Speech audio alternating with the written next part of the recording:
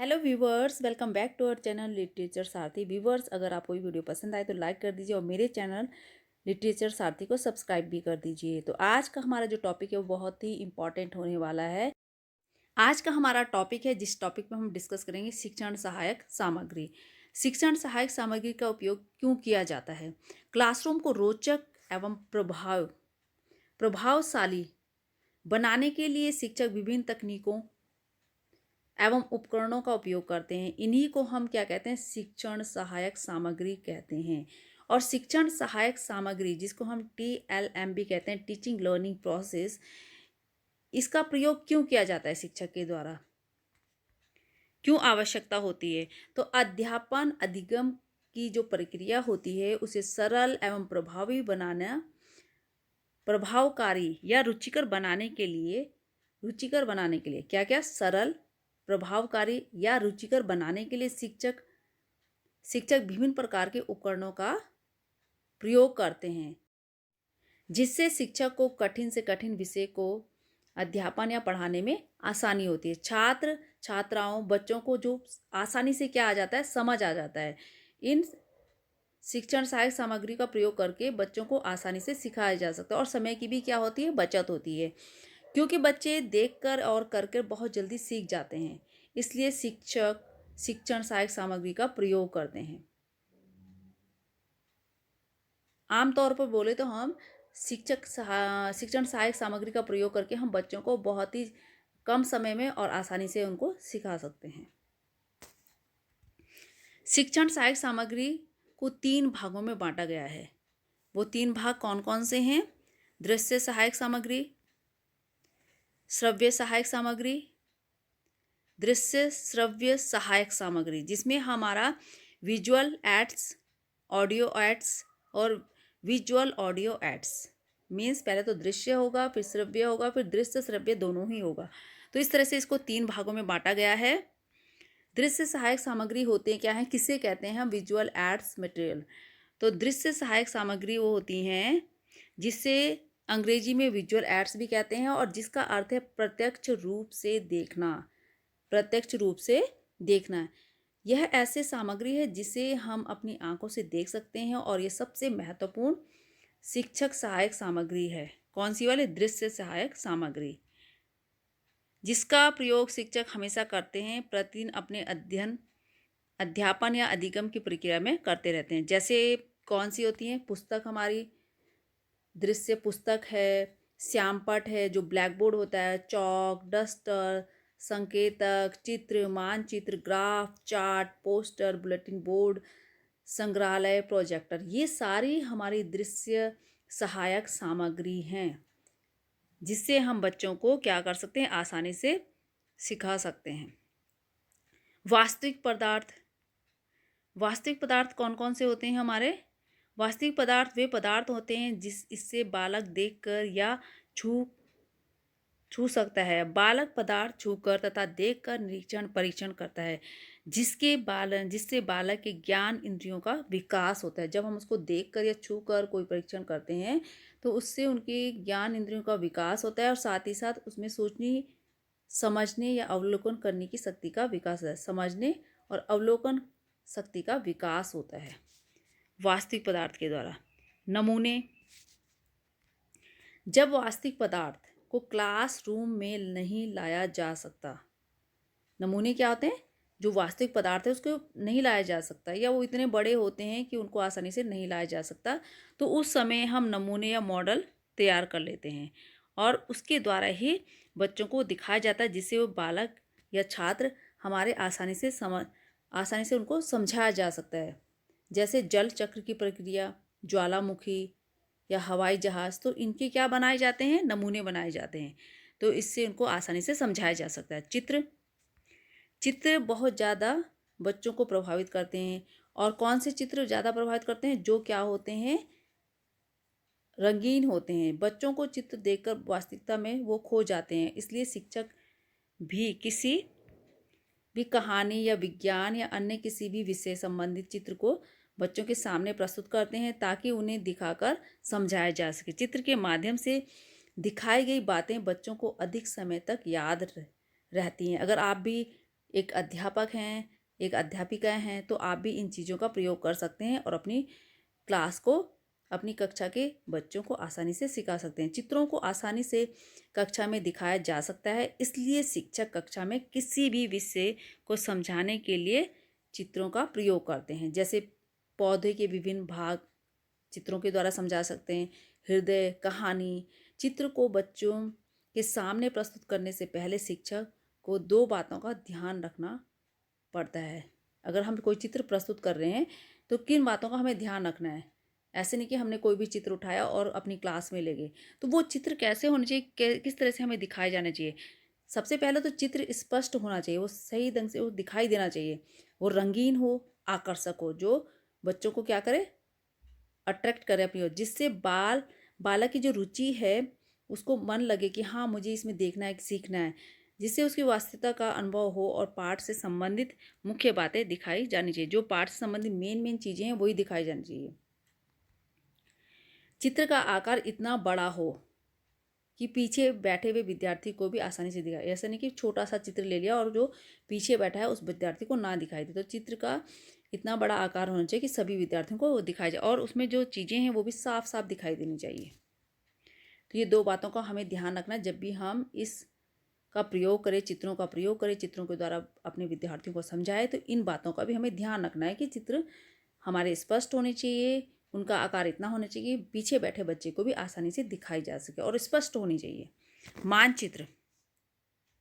मानचित्र यानी कि मैप। मानचित्र का प्रयोग हम तभी करते हैं जब हमें बच्चों को ऐतिहासिक घटनाओं तथा भौगोलिक तथ्य या स्थानों के बारे में बताना होता है। मानचित्र का प्रयोग करके समय शिक्षकों को कुछ बातों का, मानचित्र का प्रयोग करते समय भी हमें ध्यान रखना चाहिए कुछ बातों का। कौन सी बातें होनी चाहिए वो? नाम, शीर्षक। शीर्षक क्या है, नाम क्या है, शीर्षक, दिशा और संकेत। इन 4 बातों का ध्यान रखना जरूरी है। रेखा चित्र, स्केच जो हम बनाते हैं। रेखा चित्र की आवश्यकता हमें तभी पड़ती है जब हमें किसी भी वास्तविक पदार्थ या मॉडल या मानचित्र, जब हमारे पास क्या ना हो, किसी भी प्रकार का मानचित्र नहीं है, तो हम बच्चों को ब्लैक बोर्ड पर या वाइट बोर्ड पर क्या करते हैं, रेखा चित्र, स्केच बनाकर दिखाते हैं। जैसे भारत का नक्शा। भारत का नक्शा बना दिया हमने स्केच के थ्रू। राज्य को दिखाना, किसी भी महापुरुष नेताओं के चित्र बनाकर दिखाना, महात्मा गांधी, नेता सुभाष चंद्र बोस या नेताजी सुभाष चंद्र बोस, भगत सिंह, किसी भी नेता का हम चित्र बनाकर उन्हें हम ड्राफ्ट के थ्रू, चित्रों के थ्रू, रेखा चित्र के द्वारा समझाते हैं। ग्राफ। एक शिक्षक ग्राफ का प्रयोग तभी करता है जब उन्हें किसी भी बढ़ती या घटती, जब किसी हमें बढ़ती या घटती स्वरूप को दिखाना होता है। ग्राफ का प्रयोग कई विषयों में किया जाता है। किस में किया जाता है? भूगोल में किया जाता है, इतिहास में, गणित में, विज्ञान में इसका प्रयोग किया जाता है। भूगोल विषय में जलवायु, उपज तथा जनसंख्या आदि की जानकारी देने के लिए ग्राफ का प्रयोग किया जाता है। तथा मैथ या साइंस में भी, हम शिक्षण में भी ग्राफ का प्रयोग सबसे ज़्यादा किया जाता है, मैथ और साइंस में। चार्ट। चार्ट का प्रयोग हिंदी, अंग्रेजी, भूगोल, इतिहास, अर्थशास्त्र, नागरिक शास्त्र, गणित, साइंस आदि विषयों में किया जाता है। मीन्स सभी में मेनली हमारा चार्ट का प्रयोग किया जाता है। हिंदी में तथा अंग्रेजी में व्याकरण में संज्ञा के विभिन्न रूपों को दर्शाना, भूगोल में गेहूं की उपज भारत में किन किन राज्यों में होती है उन्हें बतलाना। इन सब बातों के लिए हम किसका प्रयोग करते हैं? चार्ट का प्रयोग करते हैं। Bulletin board. बुलेटिन बोर्ड वह बोर्ड होता है जहां बालक देश की राजनीति, आर्थिक एवं सामाजिक समस्याओं के संबंध में चित्र, ग्राम, आकृति, लेख या आवश्यक सूचनाओं को प्रदर्शित करते हैं। बुलेटिन बोर्ड से बालक के ज्ञान में निरंतर वृद्धि होती है। बुलेटिन बोर्ड को इतनी ऊंचाई पर लगाना चाहिए कि ताकि बच्चे उन्हें देखकर आसानी से समझ सके। ऐसे नहीं कि ऐसी जगह में लगा दे कि सिर्फ हमें सामने वाले बच्चे देख रहे हैं और पीछे वाले बच्चे नहीं देख रहे हैं, उससे ज्ञान हासिल कर सके। और बुलेटिन बोर्ड शिक्षक एवं बालक दोनों के लिए क्या होते हैं? उपयोगी हो सकते हैं। शिक्षक और बालक द्वारा पर्याप्त सामग्री को बुलेटिन बोर्ड में दिखाया जाता है। यह बहुत ही आकर्षक एवं रोचक होता है। यह आधुनिक शिक्षा प्रणाली का एक अहम अंग है। कौन सा? Bulletin board. ये भी क्वेश्चन आ सकता है कि आधुनिक शिक्षा प्रणाली के अहम अंग क्या है, तो वो है बुलेटिन बोर्ड। संग्रहालय, जिसको हम म्यूजियम भी कहते हैं इंग्लिश में। बालक के ज्ञान को बढ़ाने के लिए हमारे पास म्यूजियम भी एक शिक्षा का एक महत्वपूर्ण उपकरण है।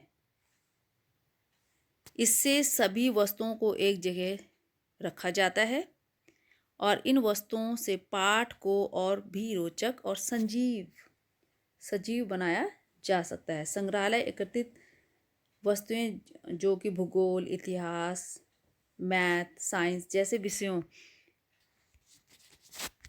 में बहुत ज़्यादा सहायक होते हैं। हमें अपने इतिहास के बारे में भी पता चलता है। किसके द्वारा? संग्रहालय के द्वारा। प्रोजेक्टर।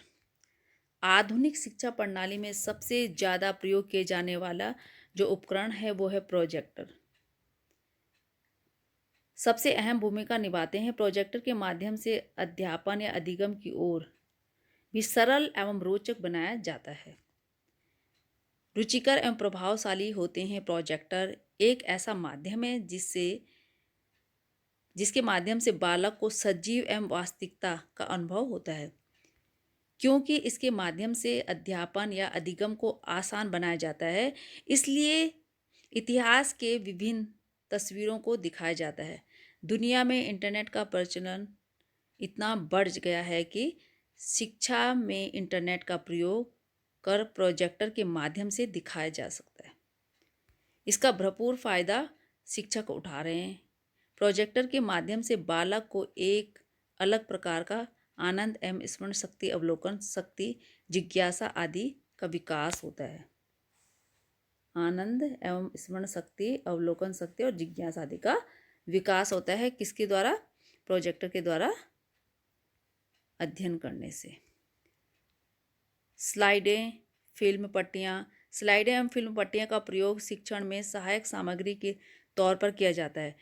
इसके लिए प्रोजेक्टर की सहायता ली जाती है। प्रोजेक्टर द्वारा चित्रों की स्लाइडों एवं फिल्म पट्टियों को एक क्रम में दिखाया जा सकता है। ग्लोब की मदद से बच्चों को महाद्वीप, महासागर, नदी, पर्वत की सीमाओं को दिखाया जाता है। सबसे ज़्यादा भूगोल विषय में ग्लोब का प्रयोग किया जाता है, जिसमें पृथ्वी की आकृति, उत्तरी, दक्षिणी, गोलार्ध, अक्षांश, देशांश रेखाओं के बारे में बच्चों को बताने एवं समझाने में आसानी होती है। किसके द्वारा? ग्लोब के द्वारा। पोस्टर एवं कार्टून। आज शिक्षा जगत में पोस्टर भी बहुत ज़्यादा धूम मचा रहे हैं। पोस्टर की मदद से बच्चों को सही निर्देश एवं व्यंग्य के तरीके से बच्चों को शिक्षा दी जाती है। आज इसका प्रयोग समाचार पत्र पत्रिकाओं से ज़्यादा प्रयोग में हो रहा है। किसका? कार्टूनों का प्रयोग। ऐसे बच्चों की अच्छी आदत तो परिवार नियोजन, जल संरक्षण, दहेज प्रथा, धूम्रपान, वनों की कटाई, नेताओं, अभिनेत्रियों, धूम्रपान प्रथा जैसे विषयों पर कार्टून पोस्टर की मदद से लोगों को क्या किया जाता है? जागरूक किया जाता है या किया जा सकता है। भित्ति चित्र, जिसे वॉल पेंटिंग भी कहते हैं हम। आपने देखा होगा कि स्कूल की दीवारों पर या कहीं भी जो दीवारें होती हैं वहाँ पर वॉल पेंटिंग बनाई जाती है। अक्सर हमने देखा है कि नर्सरी क्लासेस में, यूकेजी, इनमें क्या बने होते हैं? भित्ति चित्र, यानी कि वॉल पेंटिंग बनी होती है, जिसमें हम क्या देखते हैं? फलों के नाम होते हैं, उनके चित्र होते हैं, नंबर्स होते हैं, जानवरों के नेम होते हैं, महीनों के नाम, और टेबल्स होती हैं, पहाड़ा, डेज होते हैं, मंथ के नेम होते हैं, और इस तरह से वस्तुओं आदि का चित्र बनाया हुआ आता है, और जिसे बच्चे देख कर क्या करते हैं? पढ़ते हैं और उन्हें याद भी कर लेते हैं। इसलिए प्राथमिक कक्षा में भित्ति चित्र बना हुआ रहता है, क्योंकि बच्चे वो बड़े ही अट्रैक्टिव होते हैं, कलरफुल होते हैं। शिक्षक चित्र के माध्यम से बच्चों को पढ़ाते भी हैं और शिक्षक उन चित्रों का प्रयोग करके अपने सहायक सामग्री के रूप में उनका प्रयोग भी कर सकते हैं। किनका? भित्ति चित्रों का या वॉल पेंटिंग का। ये तो हमने दृश्य देखकर जो चीज़ें बच्चा सीखता है वो कौन कौन से साधन है और उनको क्या है। अब दूसरा जो सहायक सामग्री है वो हमारी श्रव्य सहायक सामग्री। ये तो सारे दृश्य थे जिनके बारे में अभी हमने बात की। अब हमारे श्रव्य सहायक सामग्री कौन कौन सी होती हैं? वह साधन जिसे हम केवल इंद्रिय यानी कान का ही प्रयोग करते हैं, जिसे हम सुन सकते हैं, देख नहीं सकते हैं। श्रव्य सहायक सामग्री के अंतर्गत gramophone, radio, telephone, teleconferencing, tape recorder जैसे ऑडियो ऐड आते हैं। इसमें जिसमें बच्चों को कुछ सुनाकर उनके मानसिक शक्तियों एवं सुनने की शक्ति का विकास किया जाता है। तो रेडियो हो गया आपका, टेप रिकॉर्ड हो गया, टेली कॉन्फ्रेंसिंग की सहायता से बच्चों को सूचना दी जाती है। टेली कॉन्फ्रेंसिंग का एक ऐसा माध्यम है जिसमें कई स्कूलों को एक साथ जोड़ा जाता है। कई स्कूलों को एक साथ किसके द्वारा जोड़ा जाता है? टेली कॉन्फ्रेंसिंग के द्वारा। और अलग अलग शिक्षक, अलग अलग बालक टेली कॉन्फ्रेंसिंग के माध्यम से क्या कर सकते हैं? महत्वपूर्ण जानकारी हासिल कर सकते हैं। और जो अभी कोरोना काल में सभी ने इसका बहुत उपयोग किया है टेली कॉन्फ्रेंसिंग का। तो इसमें हम कौन कौन सी हमने जो हमारे श्रव्य साधन थे वो थे हमारे टेप रिकॉर्डर, रेडियो और टेलीकॉन्फ्रेंसिंग। अब हमारे दृश्य और श्रव्य जिसमें हम देख भी सकते हैं और सुन भी सकते हैं। तो उसके माध्यम से बालक देखने और सुनने की शक्तियों को बढ़ाते हैं, अपनी अधिगम क्षमता को बढ़ाते हैं। दृश्य श्रव्य सहायक सामग्री एक ऐसा साधन है जिसका आधुनिक प्रणाली में प्रयोग क्या हो गया है? बढ़ता जा रहा है। आधुनिक प्रणाली शिक्षा प्रणाली में इसका प्रयोग बढ़ता जा रहा है और बच्चे पाठ के सूक्ष्म से सूक्ष्म, कठिन से कठिन भावों को भी इसके माध्यम से सरलता से समझ जाते हैं। किसके माध्यम से? दृश्य और श्रव्य सहायक सामग्री के माध्यम। इस सामग्री में के माध्यम से लिखित तथा मौखिक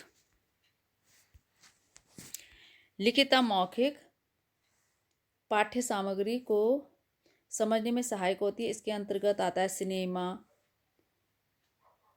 दूरदर्शन, नाटक, टेलीविजन, चलचित्र, वृत्तचित्र, कंप्यूटर आदि इसी के अंतर्गत आए। किसके? दृश्य और श्रव्य सामग्री के अंतर्गत। चलचित्र अथवा सिनेमा के अनेक लाभ हैं। इसके द्वारा प्राप्त किया गया ज्ञान उपकरणों की अपेक्षा अधिक उपयोगी होता है, क्योंकि जो चीज़ें हम देखते हैं उससे जल्दी सीखते हैं। देखकर और सुनकर अच्छी तरीके से क्या सीख पाते हैं? कौन? जो हमारे छात्र हैं। इससे द्वारा बालकों को विभिन्न देशों, स्थानों, घटनाओं का ज्ञान बड़ी ही आसानी से कराया जा सकता है। साथ ही बालक की कल्पना शक्ति और सोचने की क्षमता का विकास भी होता है। किसके माध्यम से? चलचित्र अथवा सिनेमा के माध्यम से। टेलीविजन, सभी के घरों में टेलीविजन होता है। सिनेमा या चलचित्र से होने वाली सभी लाभ टेलीविजन से भी प्राप्त किया जा सकता है। जो इनसे होता है चलचित्र के माध्यम से, सिनेमा के, वो टेलीविजन के माध्यम से। सिनेमा की अपेक्षा इसका दायरा अत्यंत विस्तृत है। सिनेमा हॉल में तो हम कभी कभी जाते हैं, लेकिन टीवी सभी के घरों में होते हैं। आज के आधुनिक युग में टेलीविजन के मनोरंजन कार्यक्रमों के अलावा कई प्रकार के शैक्षणिक मनोरंजन कार्यक्रम तो आते हैं। उसके अलावा सरकार के द्वारा चलाए गए शैक्षणिक कार्यक्रम प्रसारण करता है। बच्चों के ज्ञान में वृद्धि होती है, जैसे इग्नू। इसमें कौन कौन से इग्नू है हमारा? एक तो यूजीसी है, जैसे विश्वविद्यालयों द्वारा भी उपग्रहों की मदद से भिन्न प्रकार के शैक्षिक कार्यक्रमों का प्रसारण किया जाता है, जिससे बालक को अधिगम का उचित अवसर मिलता है। कंप्यूटर का आधुनिक शिक्षा प्रणाली में सबसे ज़्यादा प्रयोग करने वाला साधन है। सबसे ज़्यादा प्रयोग जिस साधन का किया जाता है वो कंप्यूटर का किया जाता है आधुनिक शिक्षा प्रणाली में। एक इलेक्ट्रॉनिक उपकरण है, कौन? कंप्यूटर, जिसकी सहायता से शिक्षा जगत को अधिगम का सुनहरा अवसर मिल चुका है। कंप्यूटर का प्रयोग शिक्षा जगत में ही नहीं बल्कि अपने जीवन के विभिन्न क्षेत्रों में भी किया जाता है। शिक्षा के क्षेत्र में कंप्यूटर के निम्नलिखित लाभ होते हैं। कौन कौन से लाभ हैं शिक्षा के क्षेत्र में, क्या क्या हम इससे लाभ प्राप्त कर सकते हैं।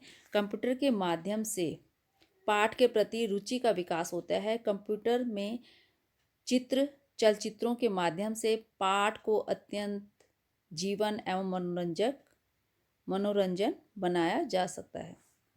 कंप्यूटर छात्रों को उच्च कोटि का पुनर्बलन प्राप्त होता है। बच्चे कंप्यूटर के जरिए इंटरनेट का प्रयोग विभिन्न प्रकार की जानकारी प्राप्त करने के लिए करते हैं। विभिन्न प्रकार के project, PPT, MS word, excel जैसे प्रोग्रामों का प्रयोग कर बालक का अधिगम बढ़ता ही जा रहा है। साथ ही शिक्षा जगत को एक चुनौती और विकास का एक नया अवसर मिल चुका है। किसके द्वारा? कंप्यूटर के द्वारा। आज शिक्षा जगत में कंप्यूटर का प्रचलन इतना बढ़ चुका है कि हर स्कूलों और विश्वविद्यालयों में इसका प्रयोग किया जा रहा है। ऐसा लगता है कि कंप्यूटर के बिना शिक्षा का महत्व अधूरा है, क्योंकि आज देश दुनिया की हर जानकारियां इंटरनेट के माध्यम से मिल जाती हैं। कुछ भी चीज़ हमें सर्च करना है और हमें मिल जाती हो। बच्चों को उन जानकारियों को दिलाने में कंप्यूटर ही क्या है, एक अच्छा माध्यम है। मोबाइल कंप्यूटर का एक छोटा रूप है। कंप्यूटर थोड़ा बड़ा होता है और मोबाइल उसका छोटा रूप कहा जा सकता है, क्योंकि आज के आधुनिक शिक्षा जगत में शिक्षक या विद्यार्थी मोबाइल के माध्यम से हर प्रकार की जानकारियाँ उससे घर बैठे ही प्राप्त कर लेते हैं। अपने प्रोजेक्ट या गृह कार्य बड़ी ही आसानी से क्या कर लेते हैं, इंटरनेट के माध्यम से जानकारी हासिल कर बना लेते हैं। आज कंप्यूटर से ज़्यादा मोबाइल फ़ोन की मांगे बढ़ती जा रही हैं। इसका प्रयोग शिक्षा जगत में किया जा रहा है। अभी हमारे जो कोविड-19 की वजह से हमने क्या है, सारा वर्क किसमें किया है, ऑनलाइन किया है। तो इससे हमारे जो मोबाइल फ़ोन है, कंप्यूटर से इनका उपयोगिता और ज़्यादा बढ़ गई है। नाटक, ड्रामा, अगर बच्चों को किसी भी लंबी कहानियाँ या उपन्यास आदि को नाटक के माध्यम से दिखाया जाता है तो वो पूरी कहानी या पूरी घटना अच्छी तरह से उन्हें याद हो जाती है और वे बड़े आसानी से समझ पाते हैं। इसलिए शिक्षक लंबी कहानियाँ, प्रेरणादायक कहानी, किसी घटना या उपन्यास जैसे विषयों को नाटक के माध्यम से बच्चों को पढ़ाया जाता है। उससे ही वो नाटक कराया जाता है। मीन्स कि बच्चों को क्लास में अगर कोई हमें कहानी सुनानी है तो उन्हीं को क्या कर लेते हैं, कुछ बच्चों को चुन लेते हैं और उन्हीं से वो उनको पात्र बनाकर उस कहानी को सुनाया जाता है, तो जिससे बच्चे क्या करते हैं कि उसको आसानी से सीख जाते हैं। शिक्षण सहायक सामग्री की आवश्यकताएं क्यों हुई, हमें क्यों पड़ी इसकी ज़रूरत? अध्यापन अधिगम को आसान बनाने के लिए, इसके माध्यम से जो हमारा अध्यापन अधिगम है वो आसान बनाने के लिए हमने TLM की आवश्यकता हुई। बच्चों की जिज्ञासा को पूरा करने के लिए, क्लास को प्रभावशाली और रुचिकर बनाने के लिए TLM की आवश्यकता हुई। कठिन से कठिन विषयों को सरल बनाने के लिए, बच्चों को निरीक्षण एवं परीक्षण और उनका अवलोकन शक्तियों को बढ़ाने के लिए। अब है हमारा सहायक शिक्षण सामग्री की विशेषताएं। क्या विशेषताएं हैं इसकी? तो सहायक शिक्षण सामग्री की विशेषताएं इस प्रकार से हैं। शिक्षक इसकी सहायता से शिक्षण अधिगम को रोचक एवं आकर्षक बनाता है। क्या बनाता है? आकर्षक और रोचक बनाता है। जब तक बच्चों की रुचि पैदा नहीं होगी, रोचक नहीं होगा, तो वो क्या हो जाएगा, उनका पढ़ाई में मन नहीं लगेगा। छात्र के मानसिक विकास में सहायक होता है TLM। इसकी सहायता से शिक्षक को किसी भी विषय को समझाने में समय की बचत होती है। TLM के माध्यम से आसानी से बच्चों को कोई भी कठिन से कठिन चीज़ों को समझाया जा सकता है और इससे हमारे समय की भी क्या होती है, बचत होती है। जटिल से जटिल विषय को सरल बनाने में, कितना भी जटिल विषय हो उसको सरल बनाने में TLM क्या होता है, सहायक होता है। बच्चों की जिज्ञासाओं को बढ़ाने में भी क्या होता है, सहायक, उनकी जो क्यूरियोसिटी है उनके अंदर, उसको बढ़ाने में भी टीएलएम क्या होता है, सहायक होता है। बालक के मानसिक सामाजिक और संवेगात्मक विकास भी करता है कौन, टीएलएम। शिक्षण सहायक सामग्री की सहायता से बालक के व्यवहार में परिवर्तन लाता है। जैसे जैसे वो सीखता जाता है उसके व्यवहार में भी परिवर्तन आता जाता है। बच्चों का ध्यान केंद्रित करने में सहायता करता है। इससे इंद्रियों की क्षमता भी बढ़ती है। अमृत विचारों को मूर्त रूप में प्रस्तुत करने में मदद करता है टीएलएम। बालक के अधिगम एवं उनकी रुचियों को बढ़ाने में मदद करता है। व्यूअर्स, अगर आपको ये वीडियो पसंद आए तो लाइक कर दीजिए और मेरे चैनल लिटरेचर सारथी को सब्सक्राइब भी कर दीजिए, जिससे कि मैं आपके लिए इसी तरह की नई नई वीडियोस लेकर आती रहूँगी और आपके जो आने वाला एग्ज़ाम है उसमें ये बहुत ही हेल्पफुल होने वाले हैं।